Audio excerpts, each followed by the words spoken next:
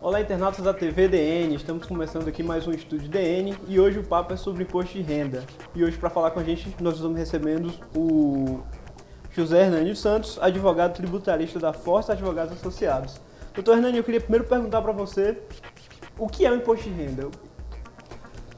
Bom, o imposto de renda é o tributo que as pessoas que têm rendimentos de salário, de prolabores ou de qualquer outro tipo de acréscimo patrimonial recolhem ao governo federal por esse acréscimo patrimonial que tem decorrente dessas atividades do seu dia a dia. Salários, como disse, salários, prolabores, rendimentos de prestação de serviços e outros dessa mesma natureza. Como fazer essa declaração? Quem é que pode declarar e como é que ele pode fazer essa declaração?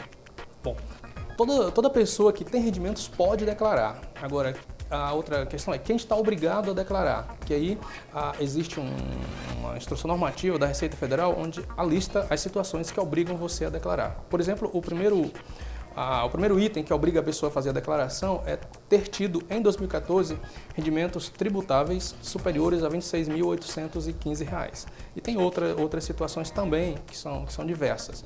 Então, todas essas pessoas que estão nessa obrigação são obrigadas, lógico, a fazer a declaração, o que é feito através do programa que baixa no site da Receita Federal do Brasil. Existe um prazo para as pessoas para fazerem essa declaração? Como é que funciona mais ou menos essa questão? Sim.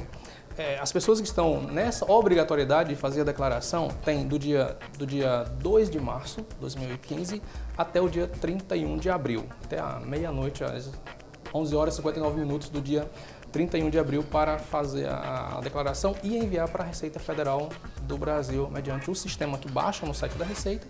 Tem os dois, o sistema que gera e o sistema que envia a declaração. Tem que baixar os dois programas. Entendo, doutor Hernani. Existe uma penalidade para quem não comprova ou quem não faz essa declaração? E quais são essas penalidades que podem vir para o contribuinte? Certo. A pessoa que está obrigada, que se enquadra nos requisitos de ter que fazer a declaração e não fazem no prazo, que é até o dia 31 de abril, estão sujeitas à penalidade que é 1% do imposto devido.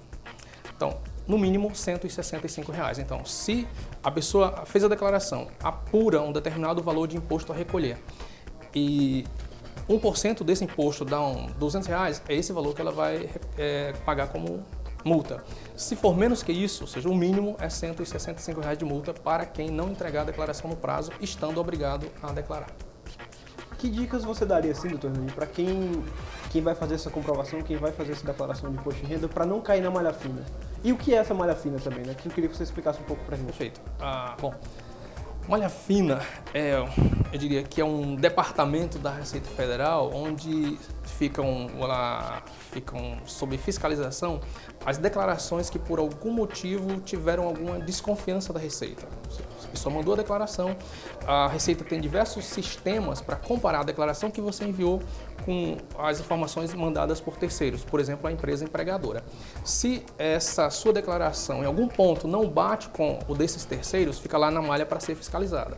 Então, coisas que fazem a pessoa cair na malha fina. Por exemplo, ele ter informado um rendimento que não é o mesmo que informou o ente pagador.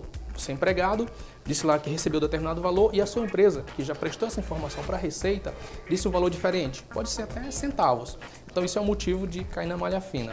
Não ter declarado rendimentos, não ter declarado venda de bens imóveis, por exemplo, lucro que tem na venda de bens imóveis, excesso de despesas dedutíveis, tipo despesas médicas ou educação, etc. Algum erro desse sentido faz com que a sua declaração fique nesse departamento sujeita à fiscalização. O que é a malha, então, nesse sentido? É uma fiscalização sobre a sua declaração. Você mandou, ela caiu na malha, você tem um prazo para regularizar e se você não regulariza, a Receita intima o contribuinte para apresentar as explicações. E aí, se você cair na malha, ele pode querer explicações sobre outros assuntos, outras coisas da declaração. Então, nunca é bom cair na malha, porque pode ter outras explicações e outras coisas que talvez você não esteja preparado, não tenha toda a documentação ou não tenha tempo hábil para... Então, eu acho que a organização é um dos pontos principais para não cair na malha fina.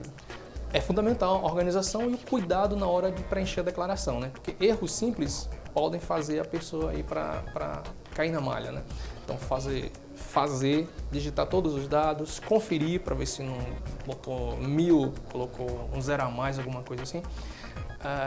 Então, fundamental esse cuidado, revisão antes de enviar, você faz, pode fazer, dá uma revisada, depois é que manda para a Receita, que quando já tiver tudo checado, conferido. Quais são as principais dúvidas, doutor Hernani, em relação ao imposto de renda? Quais são as dúvidas que as pessoas mais têm, que elas mais falam com o senhor? Como é que funciona mais ou menos isso?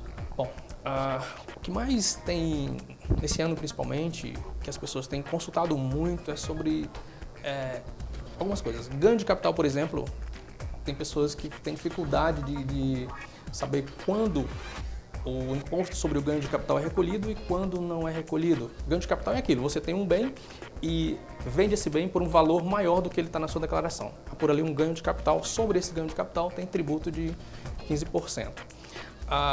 Existem situações em que esse tributo não é devido. Aí a gente percebe que as pessoas têm muita dúvida a respeito disso. Em que situações é devido, em que situações não é. Quando a isenção, quando tem que pagar, também sobre questões médicas, despesas médicas.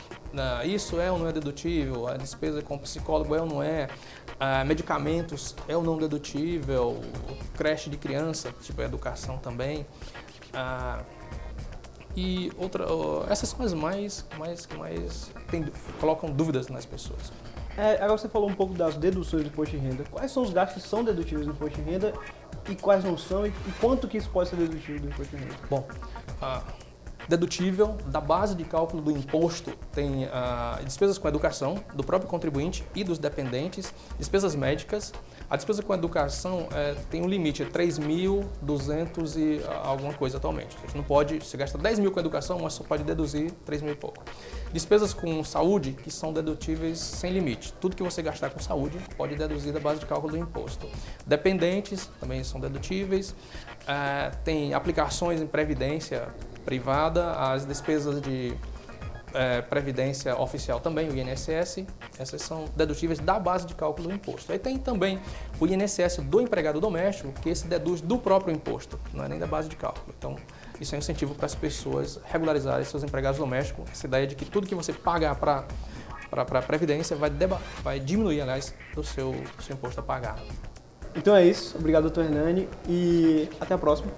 Para quem quiser acompanhar um pouco mais sobre imposto de renda, você pode acompanhar, tirar suas dúvidas na coluna IR Fácil, que sai aos sábados no Diário do Nordeste.